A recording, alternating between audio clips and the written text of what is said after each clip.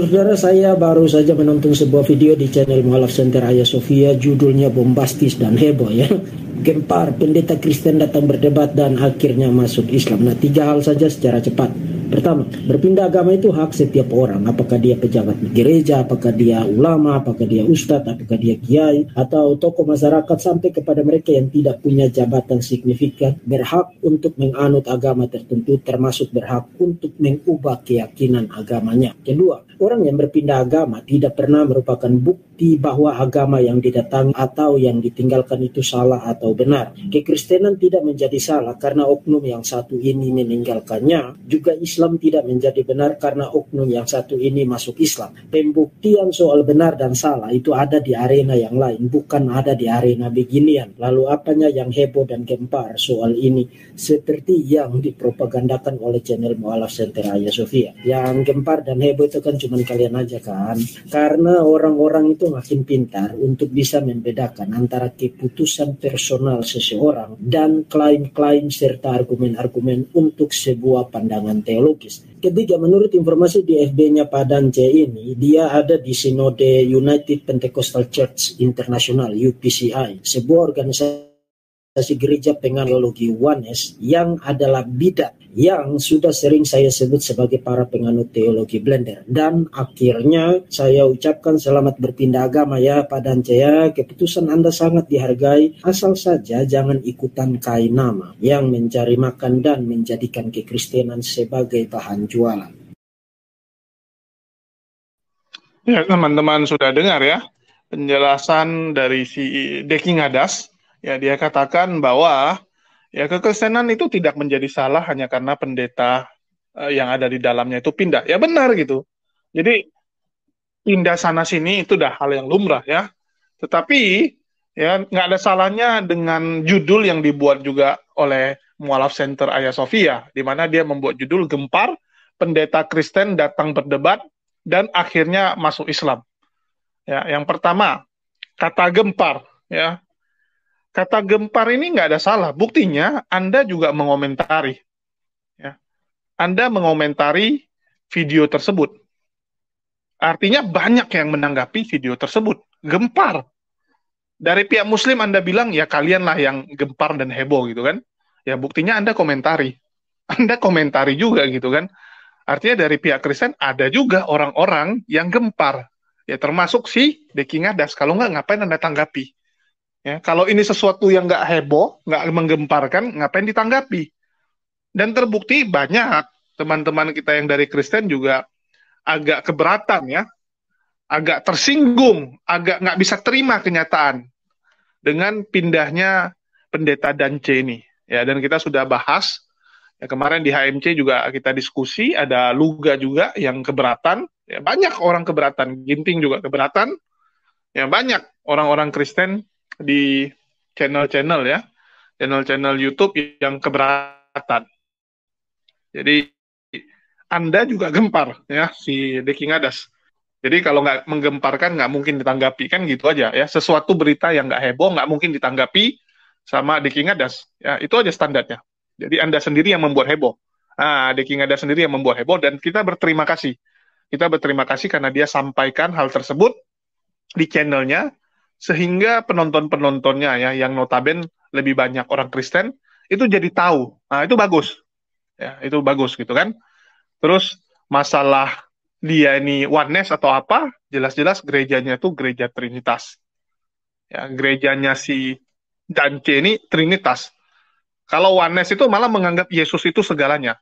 Sedangkan Pak Dance setelah pergumulannya dia mencari tahu ya tentang kekristenan, itu membuat Pak Dance malah terakhir tahu bahwa Yesus itu hanyalah utusan, hanyalah manusia biasa ya. Dan video yang membuat Verbum ya atau Deki Ngadas ini bereaksi, menanggapi atau agak sedikit kejang ya, agak sedikit keberatan, yaitu video dari Hagia Sophia yang ini ya. Gempar, pendeta Kristen datang berdebat dan akhirnya masuk Islam. Ya, kenyataannya memang Pak Dance itu datang dan berdebat sama Nandar juga, sama Ustadz Kainama juga gitu kan. Dan setelah kalah dia mengakui gitu kan, wah ternyata benar gitu. bahwa Islamlah satu-satunya agama yang benar gitu. Itu menurut Pak Dance ya. Menurut Verbum atau di King Adas enggak, ya nggak masalah. Ya, nggak masalah gitu. Dan ini memang ya kita expose supaya makin banyak orang yang tersadarkan juga. Kan tujuannya itu. Supaya ada orang-orang yang mungkin punya rasa penasaran, yang punya pemikiran mirip dengan Pak Dance, bisa mengikuti jejak Pak Dance. Kan tujuannya itu.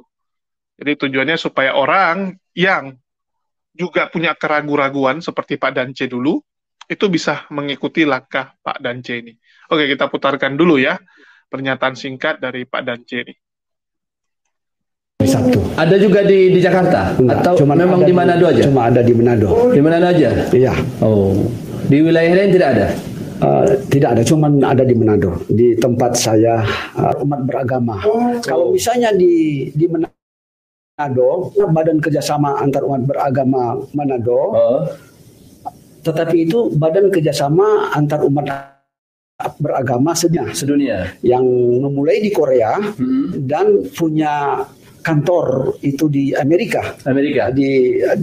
Di gedung PBB ada salah satu yang disiapkan oleh fasilitas di sana pemimpin.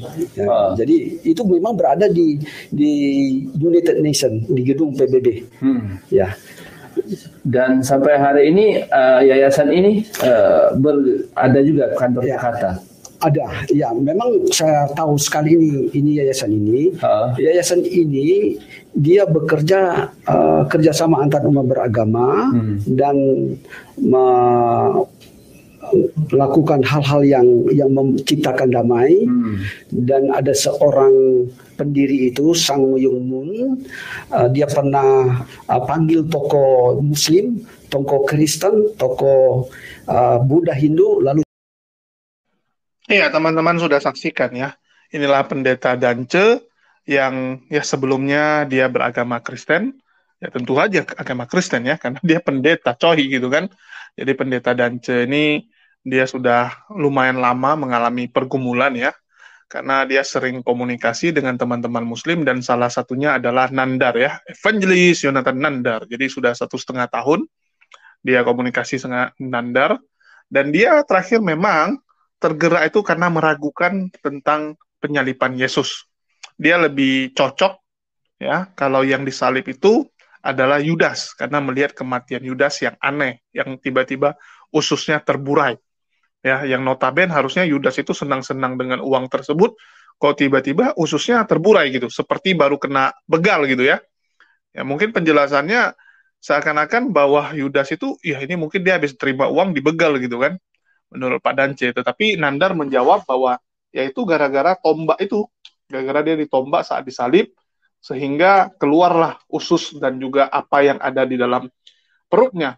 Ya, dan hal itu membuat akal Pak Dance hidup, ya, akal Pak Dance kembali hidup, dan itulah yang saya katakan bahwa biasanya ya teman-teman Kristen kalau menyadari bahwa yang disalib itu bukan Yesus, itu langsung akan membuat akalnya itu jadi hidup, ya akalnya jadi hidup dan mereka jadi bisa lebih berpikir dengan objektif ya, bukan hanya subjektif selalu gitu.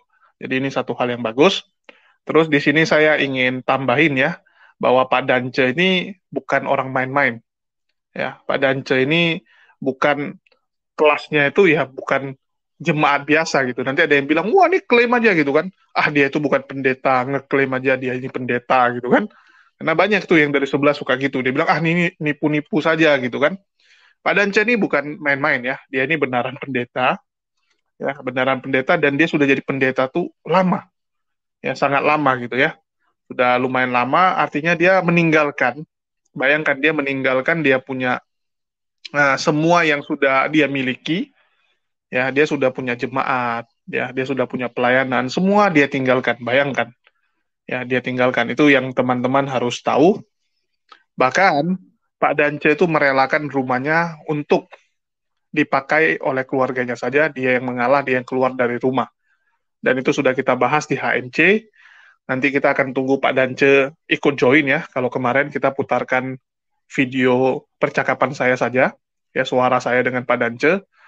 Ya, karena Pak Dance lagi pengen menenangkan diri. Ya, dia katakan dia lagi pengen menenangkan diri. karena banyaknya tekanan-tekanan dari pihak luar, dari keluarga-keluarganya yang menentang dengan apa yang dilakukan oleh Pak Dance ini ya.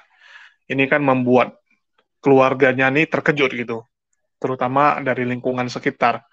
Teman-teman bisa bayangkan ya, seorang pendeta yang dari dulu ya mengembalakan kalian, yang khotbah di gereja kalian, yang kalian datangi setiap minggu, tiba-tiba pendeta itu memutuskan mualaf.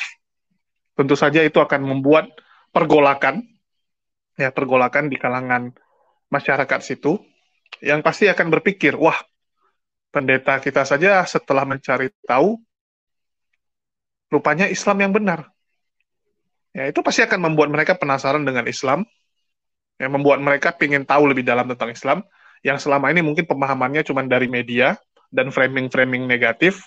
Itu akan membuat mereka belajar juga itu Islam itu sebenarnya apa dengan sungguh-sungguh ya.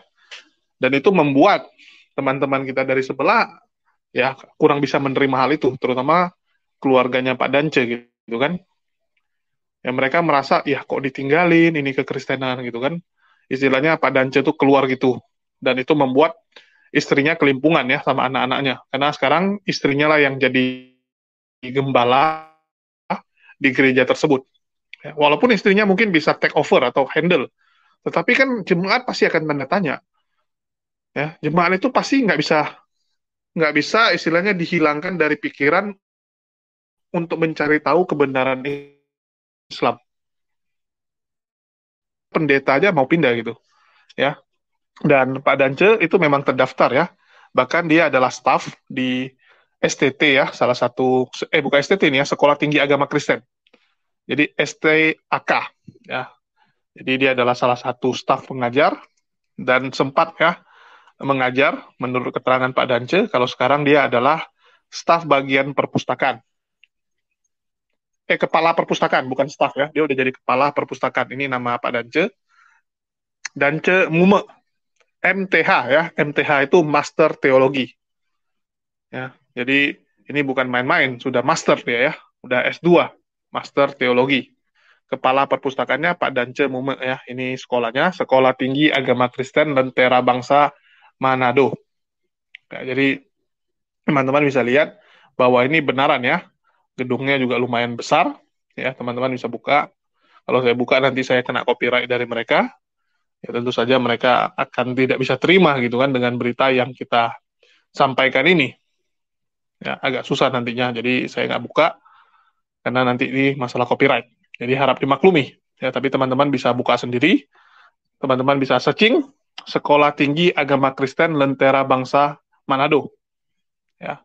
Jadi ini memang Pak Dance Mume langsung ya, kepala perpustakaan. Ya, jadi dia sudah kepala. Dan bahkan teman-teman bisa lihat gelarnya itu MTH, Master Teologi ya. Master Teologi, luar biasa. Dan semoga dengan masuknya Pak Dance ini membuka jalan juga bagi orang-orang lain, bagi teman-teman kita yang lain, saudara-saudara kita yang lain, agar bisa mempelajari Islam dengan cara yang jujur, dengan cara yang benar ya, dengan otak yang bersih, bukan otak yang Islamofobia. Karena Pak Dance itu bisa mendapatkan hidayah ya berkat itu. Ya, dia mencari tahu kebenaran, ya, dan Allah membukakan. Karena memang hidayah itu harus dicari. Dari orangnya ya, hidayah itu nggak bisa dipaksakan dari orang luar, harus orangnya sendiri yang ingin mencari hidayah, dan Allah akan membukakan pintunya. Ya, jadi nggak mungkin ada orang bisa mendapatkan hidayah kalau otaknya aja Islamofobia. Dia harus hilangkan dulu Islamofobianya. Itulah kenapa banyak ya orang-orang non-Muslim yang agak susah menerima kebenaran Islam, karena doktrin yang ada di otaknya itu adalah doktrin-doktrin Islamofobia. Susah kita. Saya sering menjumpai teman-teman di sebelah yang saya jelaskan tentang Islam, agak susah untuk masuk. Ya, agak susah untuk masuk gitu. Karena mereka sudah membentengi dirinya dengan Islamofobia itu. Jadi penyakit Islamofobia inilah yang harus dimusnahkan. Bahkan PBB sudah menetapkan ya, tidak boleh ada Islamofobia. Dan Indonesia sebagai negara yang mayoritas Muslim, kenapa bisa ada pula penyakit Islamofobia itu? Dan itu dipelihara ya. disebarkan, ditularkan kepada orang-orang melalui mulut orang-orang jahat, ya saya sebut sebagai bajingan saja, karena memang sudah ditetapkan, yaitu Paul Jang, Saifuddin, ya, dan yang lainnya gitu. Jadi mereka menyebarkan Islamofobia itu dengan tujuan agar orang Kristen nggak mau mencari tahu kebenaran Islam, agar mereka sudah dibentengi dengan kebencian. Ini yang harus kita runtuhkan. Ya, kita harus menunjukkan kepada mereka bahwa Islam itu memang agama yang rahmatan lil alamin. Sehingga dengan menunjukkan ya kebaikan Islam, Islamofobianya bisa hilang, mereka bisa membuka diri, dan kebenaran Islam bisa masuk ke dalam dirinya. Itu yang paling penting dulu. Kita hancurkan dulu sifat Islamofobianya. Kalau Islamofobianya sudah hancur, biasanya mereka akan lebih gampang mencari tahu kebenaran. Itulah kita nggak harus kita nggak boleh berhenti ya untuk berdakwah, untuk menjelaskan, untuk membagikan kebenaran-kebenaran ini. Itu yang harus kita lakukan ya. Dan semua orang bisa melakukan itu. Semua teman-teman Muslim, saudara-saudaraku Muslim, bisa melakukan itu. Jelaskan kepada teman-teman kita yang belum tahu Islam, ya, dengan cara-cara yang gampang dimengerti, masuk di akal mereka. Ya, kalau masih Islamofobia, kikis dulu Islamofobianya dengan kebaikan kita, dan dia akan melihat kan, wah ternyata umat Muslim baik, nggak seperti yang diajarkan ya di tempat saya gitu kan, dikatakan bahwa Islam itu jahat lah, Islam itu beginilah. Nah, itu dulu dikikis. Kalau itu sudah dikikis, baru nanti kita pelan-pelan ajarkan mereka tentang Islam itu seperti apa. Ya, yang penting itu dulu. Ya, kita bisa lihat lah banyak orang ya, bahkan kayak Pak Mangapul aja bilang gitu kan, kalau mau belajar Islam sama CP, bayangkan gitu. Kalau orang sudah disuruh belajar sama CP, yang notaben adalah bosnya Islamofobia lah, ya bosnya Islamofobia, maka orang-orang yang di bawahnya juga akan ikut Islamofobia. Nah ini yang bahaya gitu kan, kita lihat, wah ternyata seperti itu ajarannya gitu kan, mengikut kepada CP, ya tentu saja benci Islam. Ini dulu kita harus kikis. Kita kikis dulu supaya mereka terbuka, ya mereka nggak benci lagi dengan Islam, mereka nggak asal tuduh, nggak asal fitnah, ya baru nanti pelan-pelan. Dan seperti Pak Dance ini, saya salut ya, meninggalkan semua yang dia miliki dan memilih mengalah. Kemarin kita sudah bahas juga, dia tinggalkan semua karena tekanan itu, dan dia sekarang mau fokus ya untuk belajar Islam. Itulah dia ada di Hagia Sophia, dibimbing oleh ya Ustadz Kainama, terus ada juga Gus Ipung di situ yang akan membimbing Pak Dance ya. Udah nggak bisa kita sebut pendeta karena dia sudah menanggalkan gelar pendeta tersebut. Ya, semoga dengan Pak Dance ini masuk ke Islam, itu akan diikuti oleh jemaah-jemaahnya, keluarga-keluarganya ya, kita doakan. Ya, terutama keluarganya, semoga juga bisa ya mempelajari Islam dengan benar seperti Pak Dance dan menemukan kebenaran itu. Ya, itu yang kita harapkan, dan semoga semua orang yang belum menerima Islam, yang belum mengenal Islam dengan benar, bisa mengenal Islam dengan benar. Itu aja harapan kita. Makasih buat semua teman-teman yang udah nyimak. Jangan lupa ya disebarkan kebaikan-kebaikan ini, kita sebarkan berita ini agar semua orang tahu ya bahwa kalian yang punya rasa penasaran dengan Islam, kalian yang punya keraguan dengan iman kalian sekarang, ya karena kalian melihat, wah ini nggak sesuai. Setelah makin saya baca, kok makin nggak sesuai. Nah, mereka-mereka yang seperti ini bisa tersadarkan, mereka yang seperti ini bisa kita selamatkan. Ya itu aja dari saya. Makasih buat teman-teman yang udah nyimak. Di akhir kata saya ucapkan wassalamualaikum warahmatullahi wabarakatuh. Sampai jumpa di lain kesempatan.